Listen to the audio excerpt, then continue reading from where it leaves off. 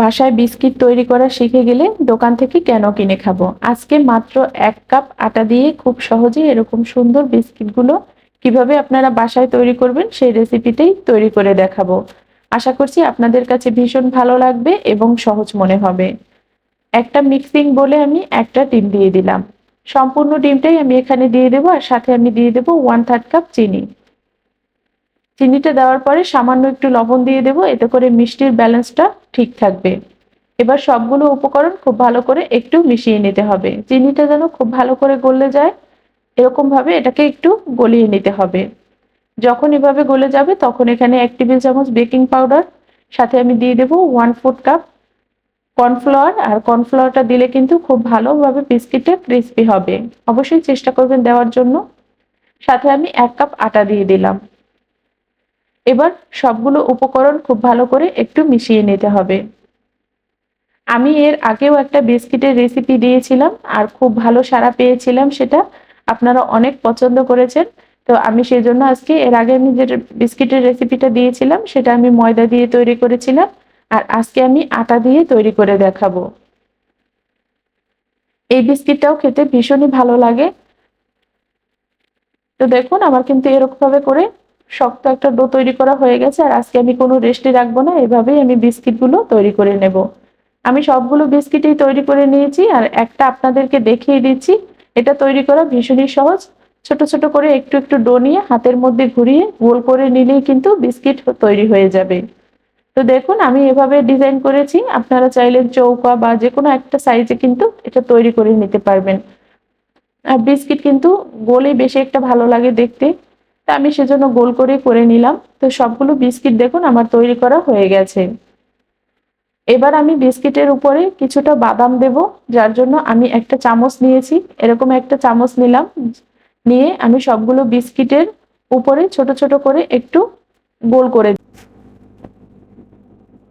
এবার সবগুলো বিস্কিটের উপরে আমি একটু একটু করে এই চামচটা দিয়ে একটু ফ্ল্যাট করে নিব। এরপরে খুব ভালোভাবে কিন্তু বাদামগুলো সেট হয়ে যাবে। আপনারা এমনিতেও উপরে একটা করে বাদাম দিতে পারেন, এতে করে পড়ে যাওয়ার চান্স থাকে, তাই আমি একটু চামচটা দিয়ে একটু ফ্ল্যাট করে এভাবে করেই আমি বাদামগুলো দিয়ে দেব। চাইলে কিন্তু আঙুল দিয়েও এই কাজটি করে নিতে পারবেন। এবার আমি কিছু কাঠবাদাম কুচি করে সেগুলো অল্প অল্প করে বাদামের গুলো দিয়ে দেব। বিস্কিটের উপরে এভাবে বাদাম দিলে খেতে কিন্তু বিস্কিটটা আরো বেশি ভালো লাগে। অবশ্যই আপনারা চেষ্টা করবেন বাদাম দেওয়ার জন্য। এর আগে আমি যে রেসিপিটা দিয়েছিলাম সেখানে আমি কিশমিশ ইউজ করেছিলাম, ওই বিস্কিটটাও অনেক ভালো লেগেছে। তো আজকে ভাবলাম যে একটু বাদাম দিয়ে করি। তো আপনারা চাইলে যে কোনো একটা কিছু দিতে পারেন, বাদাম অথবা কিশমিশ যে কোনো একটা দিলেই খুব ভালো লাগবে বাদামটা। দেখুন আমি বাদামটা কিন্তু সম্পূর্ণ বিস্কিটে দিয়ে দিলাম। এবার এটাকে আমি চুলায় ফ্রি হিট করে নেব, আর আমি চুলায় আজকের এই বিস্কুটটা তৈরি করে দেখাবো। আপনারা চাইলে ওভেনেও করতে পারেন।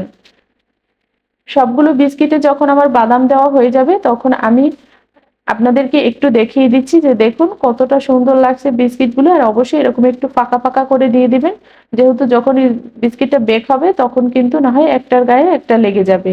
আমি একটা কড়াই আগেই 10 থেকে 12 মিনিটের জন্য ফ্রি হিট করে নিয়েছিলাম।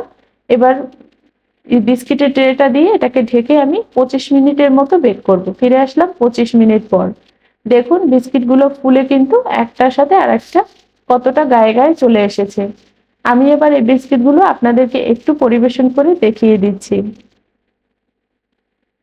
দেখুন কতটা সুন্দর হয়েছে বিস্কিটগুলো, আর এটা খেতেও কিন্তু ভীষণই ভালো লাগে। অবশ্যই আপনারা একবার বাসায় ট্রাই করবেন। আর যদি আমার চ্যানেলে নতুন হয়ে থাকেন অবশ্যই চ্যানেলটি সাবস্ক্রাইব করে পাশে থাকবেন। আমি একটু পরিবেশন করে আপনাদেরকে দেখিয়ে দিচ্ছি বিস্কুটগুলো কতটা সুন্দর হয়েছে। দেখুন আমার 1 কাপ ময়দা দিয়ে অনেকগুলো বিস্কিট হয়েছে। আপনারা এভাবে একবার বাসায় তৈরি করলে কিন্তু অনেক দিন রেখে খেতে পারবেন। যদি একটা বয়মে ভরে রাখেন তাহলে অনেক দিন খেতে পারবেন। আমি আপনাদেরকে একটু ভেঙে দেখিয়ে দিচ্ছি যে আজকের বিস্কুটটা কতটা সুন্দর হয়েছে এবং কতটা মুচমুচে হয়েছে। আর বাদামটাও কিন্তু কত সুন্দর এর গায়ে সেট হয়ে গেছে। দেখুন বিস্কিটের ভিতরটা কতটা সুন্দরভাবে ফুলেছে এবং কত ভালো লাগে দেখতে। আসসালামু আলাইকুম।